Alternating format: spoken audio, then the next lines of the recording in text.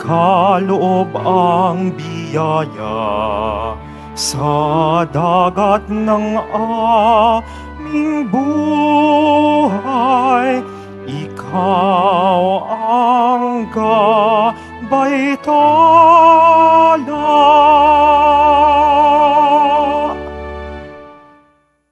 Sa ngalan ng Ama, at ng Anak, at ng Espiritu Santo, Amen. sumainyo ang Panginoon. At sumaiyo rin. Mga kapatid, ngayong araw na ito ay ginugunita natin ang kapistahan ng mahal na Birhen ng Bundok del Carmen. Ang kapistahan po ng mahal na Birhen ng Bundok ng Carmen na pinagdiriwang ngayon ay may malalim na kasaysayan. Ang bundok ng Carmel ay matatagpuan sa Israel, malapit sa baybayin po ng Mediterranean at kilala bilang isang banal na lugar sa loob ng maraming siglo. Noong ika-12 siglo, isang grupo ng mga hermit ang nanirahan sa bundok ng Carmel. Sila ay tagasunod ng propeta Elias na nanirahan din sa bundok na iyon. Ang mga hermit na ito ang siyang naging pundasyon ng orden ng mga Carmelite. Sila ay nagtatag ng isang kapilya na inialay sa mahal na Birheng Maria na ang ating mahal na ina ay tinawag na Our Lady of Mount Carmel o mahal na Birhen ng Bundok Carmel. Mga kapatid, aminin natin ang ating mga kasalanan upang tayo maging marapat gumanap sa banal na pagdiriwang. Inaamin ko Sa makapangyarihang Diyos at sa inyo mga kapatid, na lubha akong nagkasala sa isip, sa salita, sa gawa, at sa aking pagkukulang. Kaya isinasamo ko sa mahal na Birheng Maria, sa lahat ng mga anghel at mga banal, at sa inyo mga kapatid, na ako'y panalangin sa Panginoong ating Diyos. kaawaan tayo ng makapangyarihang Diyos, patawarin tayo sa ating mga kasalanan, at patnubayan tayo sa buhay na walang hanggan. Amen. Panginoon, kaawaan mo kami. Panginoon, kaawaan mo kami. Kristo, kaawaan mo kami. Kristo, kaawaan mo kami. Panginoon, kaawaan mo kami. Panginoon, kaawaan mo kami. Manalangin tayo. Ama naming makapangyarihan, loobin mong kami tuwangan ng banal na panalangin ng mahal na Birhen. Sa tulong nito, kami naway pagindapating makasapit sa banal na bundok na si Jesucristo, kasama ng Espiritu Santo magpa sa walang hanggan. Amen. Magsiupo muna ang lahat.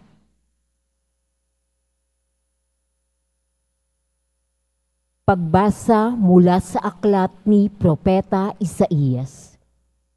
Noong kapanahunan ni Akas, na anak ni Hotam, na apo naman ni Uzias, na hari ng Huda, ang Jerusalem ay sinalakay ni Rezin, hari ng Syria, ni Peka anak ni Remalias, hari ng Israel. Ngunit hindi sila nagtagumpay. Nakaabot sa sambayanan ni David ang balitang nagkasundo na ang Syria at ang Israel. Kaya ang hari, gayon din ang buong bayan, ay nanginig sa takot, na animoy mga punong kahoy na inuugoy ng hangin. Sinabi ng Panginoon kay Isaías, isama mo ang iyong anak na si Sir-Hasub at salubungin ninyo si Akas. Matatagpuan niyo siya sa dulo ng padaluyan ng tubig mula sa tipanan ng tubig sa itaas, sa daang patungo sa bilaran ng damit. Ganito ang sabihin mo sa kanya, humanda ka, pumanatag ka at huwag kang matakot. Huwag masisira ang loob mo dahil sa nag-aalab na puot ni Rezin ng Syria na anak ni Remalias. Dalawang iyan ay parang dalawang kahoy na umuusok, ngunit di nagdidingas. Nagbalak ng masama laban sa iyo ang Syria, ang Israel na anak ni Remalias at ang kanilang sinabi, lusubin natin ang Huda, pasukin natin at sakupin, papaghariin natin doon ang anak ni Tabeel. Akong Panginoon ang nagsasabing hindi na ito mauulit. pagkat ang Syria ay mahina pa sa Damasco na punong lungsod niya, at ang Damasco'y mas mahina kay Haring Rezin. Ang Israel naman mawawasak sa loob ng 65 araw. Malakas pa sa Israel ang Samaria na kanyang punong lungsod. At ang Samaria ay hindi lalakas kaysa kay Haring Peka. Ikaw ay mapapahamak pag hindi nanatili ang iyong pananalig sa Diyos. Ang salita ng Diyos. Salamat sa Diyos. Ang Diyos ang siyang nagtatanod sa kanyang banal na lungsod. Ang Diyos ang siyang nagtatanod sa kanyang banal na lungsod. Dakila ang poon, dapat na papurihan sa lungsod ng Diyos, bundok niyang banal. Ang bundok ng Sion, tahanan ng Diyos, ay dakong mataas na nakalulugod. Ang Diyos ang siyang nagtatanod sa kanyang banal na lungsod. Bundok sa hilaga, nagalak ang dulot. Sa lahat ng bansa nitong sansinukob, sa piling ng Diyos, ligtas ang sinuman sa loob ng muog ng banal ng bayan. Ang Diyos ang siyang nagtatanod sa kanyang banal na lungsod. Itong mga hari ay nagtitipon-tipon upang sumalakay sa bundok ng Sion. Sila'y nagulat nang ito'y mamasdan, pawang nagsitakas at nahintakutan. Ang Diyos ang siyang nagtatanod sa kanyang banal na lungsod. Ang nakatutulad ng pangamba nila ay ang pagluluwal ng butihing ina. Sa hanging amihay kanyang winawasak ang naglalakihang barkong naglalayag. Ang Diyos ang siyang nagtatanod sa kanyang banal na lungsod. Magsitayo na po ang lahat.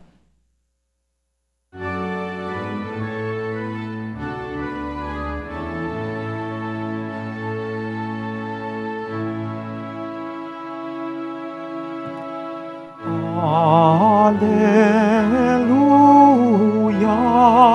Alleluia, Alleluia,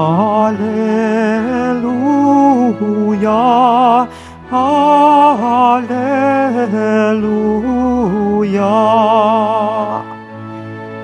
Dinggin ninyong lahat ngayon ang tinig ng Panginoon sa loob na mahinahon. Alleluia, Alleluia, Alleluia, Alleluia.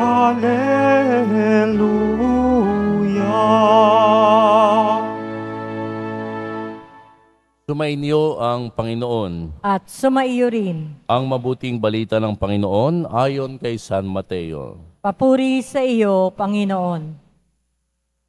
Noong panahong iyon, sinumbatan ni Jesus ang mga bayang ginawa niya ng maraming kababalaghan sapagkat hindi sila nagsisit tumalikod sa kanilang mga kasalanan. Kawawa ka, Corazin! Kawawa ka, Bethsaida! Sapagkat kung sa Tiro at Sidon ginawa ang mga kababalaghang ginawa sa inyo, malao na sanang nagdaramit ng sako at nauupo sa abo ang mga taga roon upang ipakilalang sila'y nagsisisi.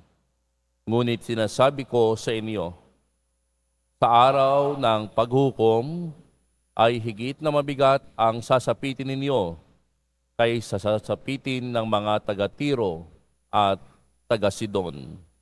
At ikaw, Kapernaum, ibig mong mataas hanggang sa langit, ibabagsak ka sa Hades, sapagkat kung sa Sodoma ginawa ang mga kababalaghang rito sa inyo, ginawa rito sa inyo, sana'y nanatili pa ito hanggang ngayon. Ngunit sinasabi ko sa inyo, sa araw ng paghuhukom ay higit na mabigat ang ipaparusa sa inyo kaysa dinanas ng Sodoma. Ang mabuting balita ng Panginoon. Pinupuri ka namin, Panginoong Hesukristo. Magsiupo muna tayong lahat. Ang debosyon po sa mahal na Birhen ng Carmel, ito nga po ay lumaganap sa buong Europa noong 1251 at ayon nga po sa tradisyon, ang mahal na Birhen ay nagpakita kay Saint Simon Stock. Siya po yung pinuno ng orden ng mga Carmelite.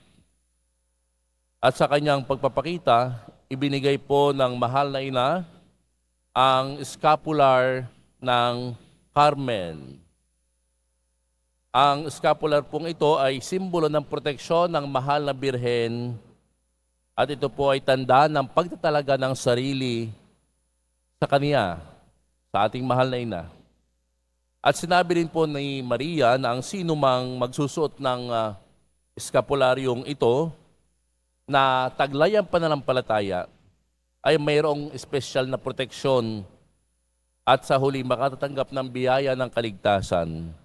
At dahil po dito, ang debusyong ito ay naging sikat sa buong mundo at maraming mga Kristiyano ang nagsusuot nito. Ang kapistahan po ng mahal na ina ng Birhen, ang mahal na Birhen ng bundok ng Carmel ay kilala at ipinagdiriwang bilang pasasalamat sa pamamagitan ng ating mahal na ina sa kanyang mga anak, sa atin. Marami pong mga simbahan ang nagdiriwang ng iba't ibang mga gawain at ito'y nag-aanyaya sa atin na magtiwala sa pamamagitan ng ating mahal na ina. Sa atin pong ebanghelyo ngayon mula kay San Mateo, mayroon pong isang mahalagang paalala ang ating Panginoon. Siya po ay nagbabala tungkol sa mga bayan ng Chorazin, Bethsaida at Capernaum dahil sa kanilang katigasan ng puso at kawalan ng pagsisisi sa kabila ng mga dakilang gawaing ginawa sa kanila. Tila ba ang mga tao matigas pa rin ang puso? Sa ating sariling karanasan siguro mga kapatid, merong mga tao na ginawan mo na lang mabuti. Subalit sa kabila ng ginawa mo na lang mabuti, matigas pa rin ang puso. Hindi nagsisisi. Sa kabila ng concern ka na sa kanya, wala pa rin silang pakialam. Bakit kaya may mga ganon? Kung atin po kasing susuriin ang nangyari po sa ating ebanghelyo, sa bayan po ng Chorazin at Bethsaida, marami ang himala na ginawa ni Jesus. Subalit, hindi sila nagsisi at nagbalik loob. Kaya nga po itinulad ni Jesus ang kanilang kalagayan sa bayan ng Tiro at Sidon, na kung saan nakaranas ng mga himala, na kung sabi ni Jesus, kung sa Tiro at Sidon nangyari ang mga himalang ito, marami na siguro ang nag-convert, marami na siguro ang naniwala. Ito po isang paalala po sa atin na ang bawat biyaya ng Panginoon, may kalaki po itong responsibilidad. Ito isang paalala sa atin na ang tinatanggap natin, ito'y dapat nating pinapahalagahan. Ito po dapat ay hindi natin sasarilinin. Sa bayan po ng Capernaum, kung saan marami ring ginawang himala si Jesus, sila po'y manhid sa kabutihan at awa ng Diyos. Kung minsan may mga ganyan din pong tao, ginagawan mo ng mabuti pero para bang manhid sa ginagawa mo sa kaniya. Para bang hindi na-appreciate ang ginagawa mong mabuti. Subalit mga kapatid, magkaganon man, maging manhid man ang iba sa ginagawa nating mabuti, tayo ay tinuturuan ni Jesus, gumawa ka pa rin ng mabuti kahit kung minsan manhid sila, kahit kung minsan hindi nila na-appreciate, kahit kung minsan parang wala silang nararamdaman at napapakinggan at nakikitang kabutihan mo. Minsan kasi kahit anong ginagawa mo, deadma lang sila, hindi nila pinapansin. Sa halip, ipagpatuloy natin yung gawain ng kabutihan. Ito'y isang malinaw po na babala yung ginawa ni Jesus. Sapagkat ang makita po't maranasan ng kababalaghan ng Diyos, nangangahulugan po dapat ito na mayroon tayong tugon, response. Kapag ang Panginoon ay nagpakita ng kanyang kagandahang loob, dapat ang ating tugon ay pananampalataya. Bakit po marami ang nagsisimba sa Quiapo? Sapagkat ito'y tugon ng pananampalataya sa maraming himala ng Panginoong Jesus Nazareno. Ang pagsisimba at pagdarasal dito ay tugon sa maraming kagandahang loob na tinanggap natin. Hindi po ba, Panginoon, sa dami ng himala na ginawa mo sa buhay namin, narito ako, nagpapasalamat. At ito nawa ang maging inspirasyon natin upang ang iba ay maturuan din natin na tumanaw at tumugon sa kagandahang loob ng Diyos. Sabihin mo, sister, brother, magsimba ka naman. Sapagkat sa dami ng biyaya ng ating Panginoon sa iyo, maganda naman siguro na tumanaw ka. Maganda naman siguro na tumugon ka. Kaya mga kapatid, sa pagdiriwang ngayon ng ating paggunita sa Mahal na Birhen ng Bundok ng Carmel, nawa, katulad ni Maria, tayo ay tumugon. Saan? Sa kagandahang loob ng Diyos. Ang Mahal na Birhen ay tumugon sa pamamagitan ng kanyang yes. Tayo rin ay inaasahan na tutugon sa kagandahang loob at himala ng Diyos sa buhay natin sa pamamagitan rin ng ating sarili-sariling yes. Oo, Panginoon, narito po ang inyong alipin at maganap nawa sa akin ayon sa nais mo. Amen. Magsitayo na po ang lahat.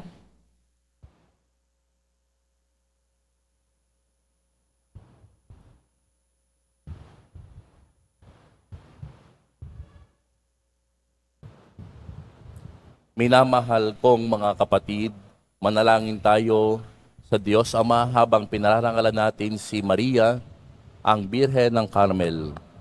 Ang ating tutugon sa pamamagitan ng mga panalangin ni Maria, basbasan mo kami, O Panginoon.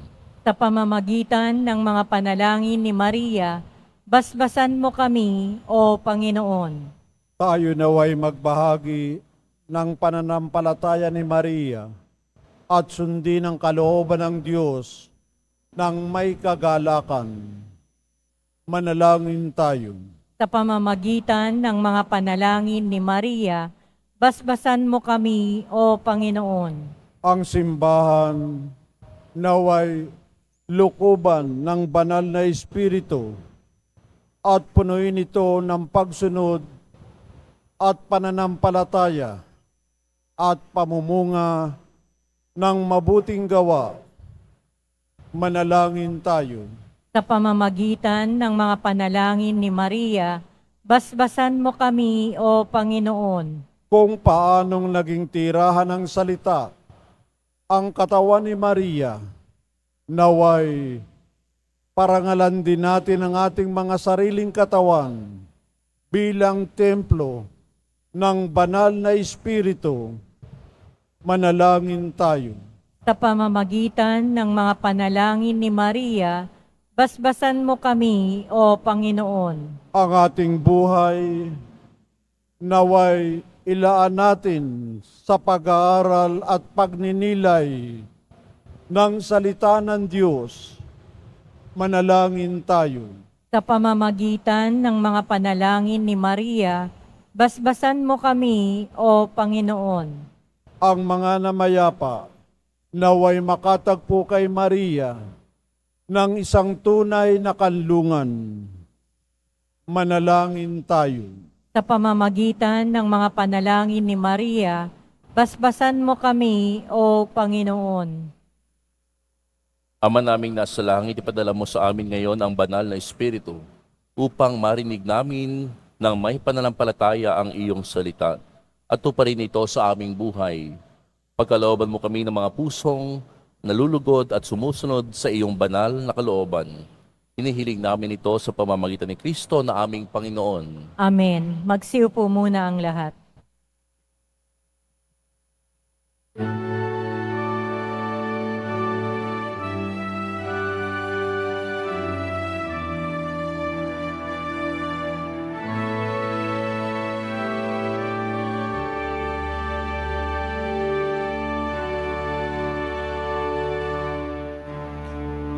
Aming alay sa'yo, Panginoon. Ang tinapay at alak na iyong kaloob upang gunitain ang iyong buhay na inialay nang tayo'y magdiwang bilang isang sambayanan.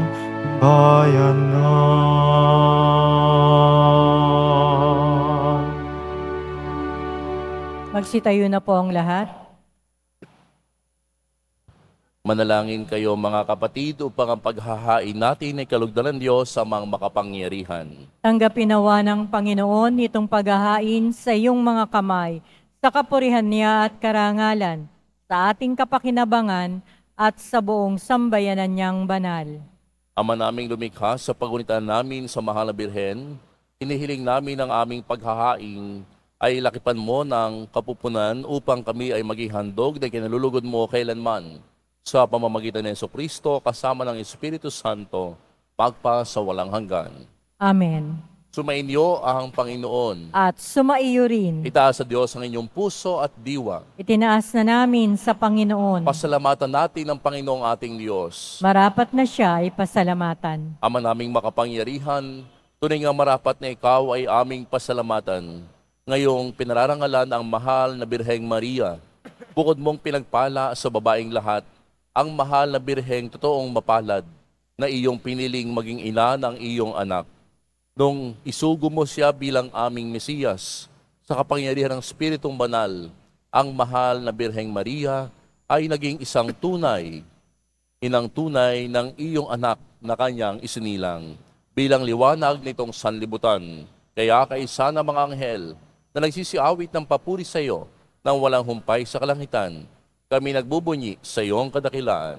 Santo, Santo, Santo, Panginoong Diyos ng mga hukbo, napupuno ang langit at lupa ng kadakilaan mo. O sana sa kaitaasan, pinagpala ang naparirito sa ngalan ng Panginoon. O sana sa kaitaasan, magsiluhod po ang lahat.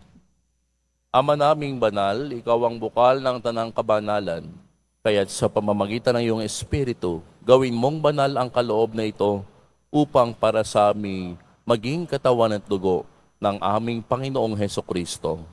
Bago niya pinagtiis ang kusang loob na maging handog, hinawakan niya ang tinapay, pinasalamatan kaniya, pinaghati-hati niya iyon, iniabot sa kanyang mga alagad at sinabi, "Tanggapin ninyong lahat ito at kanin. Ito ang aking katawan na ihahandog para sa inyo."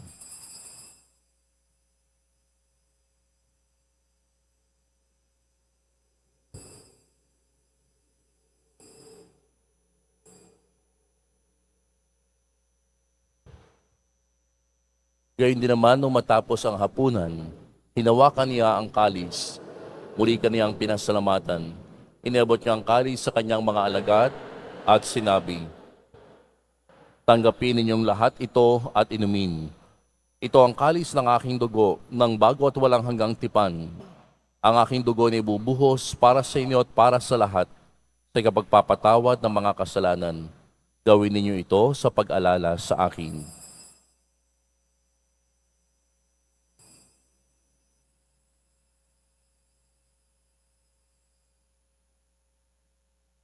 Magsitayo na po ang lahat.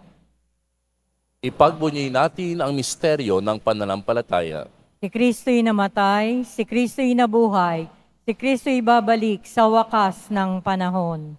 Ama, ginagawa namin ngayon ang pag-alala sa pagkamatay at muling pagkabuhay ng iyong anak.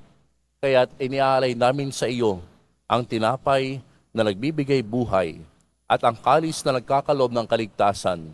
Kami nagpapasalamat dahil kami uminarapat at tumayo sa harap mo para maglingkod sa iyo.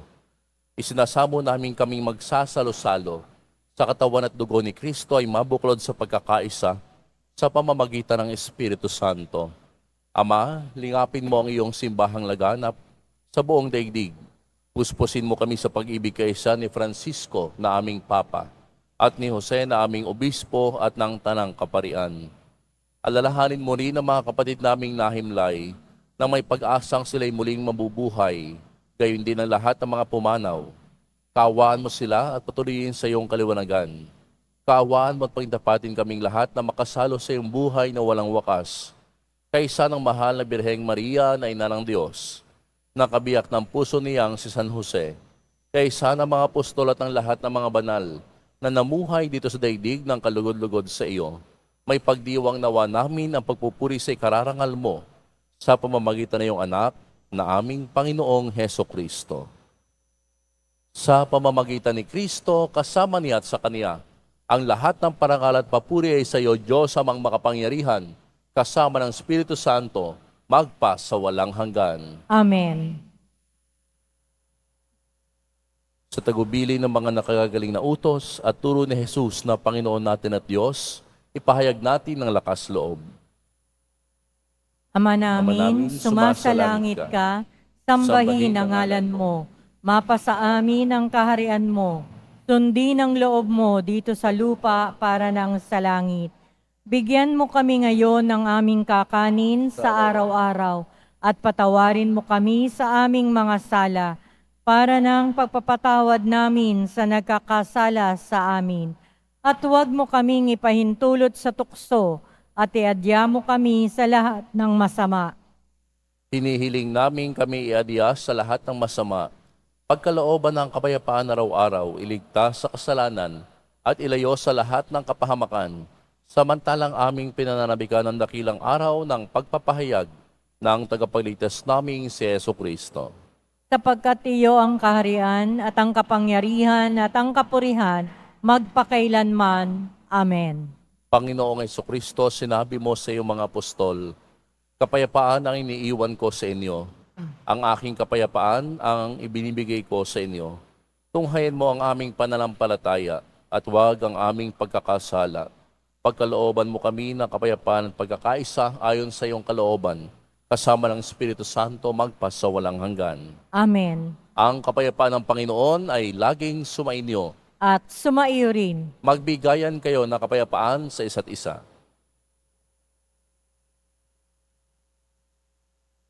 Kordero ng Diyos na nag-aalis ng mga kasalanan ng sanlibutan, maawa ka sa amin. Kordero ng Diyos na nag-aalis ng mga kasalanan ng sanlibutan, maawa ka sa amin. Kordero ng Diyos na nag-aalis ng mga kasalanan ng sanlibutan, ipagkaloob mo sa amin ang kapayapaan. Magsilhod po ang lahat.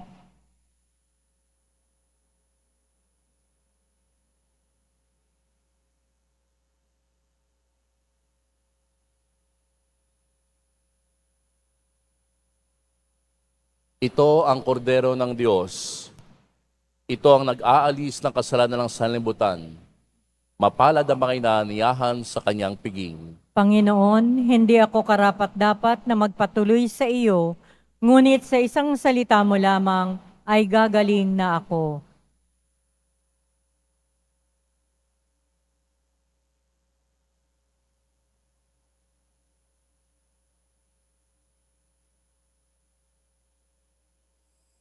Para sa lahat ng tatanggap ng banal na komunyon, sasagot po tayo ng amen pagkasabi ng pari o ng lay minister ng katawan ni Kristo. At isubo agad sa bibig bago umalis sa harapan ng pari o lay minister. Sumunod po tayo.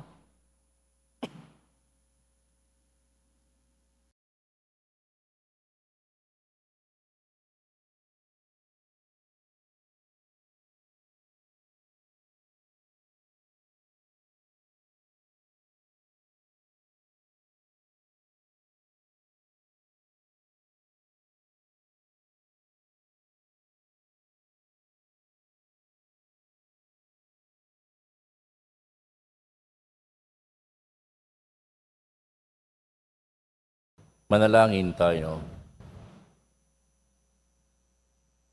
Ama naming mapagmahal, ang aming pagsasalo sa haing nagbibigay buhay, sa pagutita namin sa mahal na ina ng iyong anak, ay magdulot nawa sa amin ng iyong kagandahang loob, upang lagi naming madama ang iyong paglingap, sa pamamagitan ni Jesucristo kasama ng Espiritu Santo, magpa sa walang hanggan. Amen. Sumainyo ang Panginoon. At sumaiyo rin. Mahal na pong Jesus Nazareno, inihayag mo sa pamamagitan ng krus ang walang maliw na pag-ibig ng Diyos sa katauhan. Pakinggan mo ang kahilingan ng iyong angkan na nagsusumamo sa iyo. Makamtan nawa nila ang iyong katugunan at tanggapin ang kasagutan na may utang na loob na tinatanaw. Basbasan din po ninyo ang mga daladala nilang mga imahen at dasalan.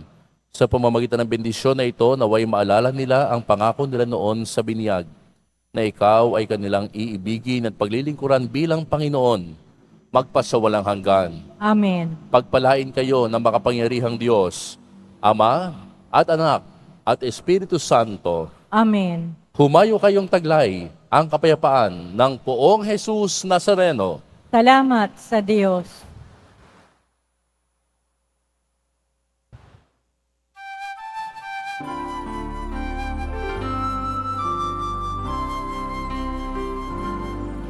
Nuestro Padre Jesus Nazareno, sinasamba ka namin,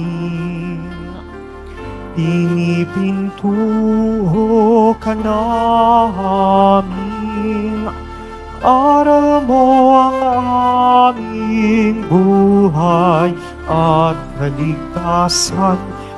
Nuestro Padre Jesus Nazareno, iligtas mo kami sa kasalanan. Ang krus mong kinamatayan ay sagisag ng aming kaligtasan. Nuestro Padre Jesus Nazareno, dinarangal ka namin. Nuestro Padre Jesus Nazareno, niluluwalhati ka namin. Nuestro Padre Jesus Nazareno, dinarangal ka namin.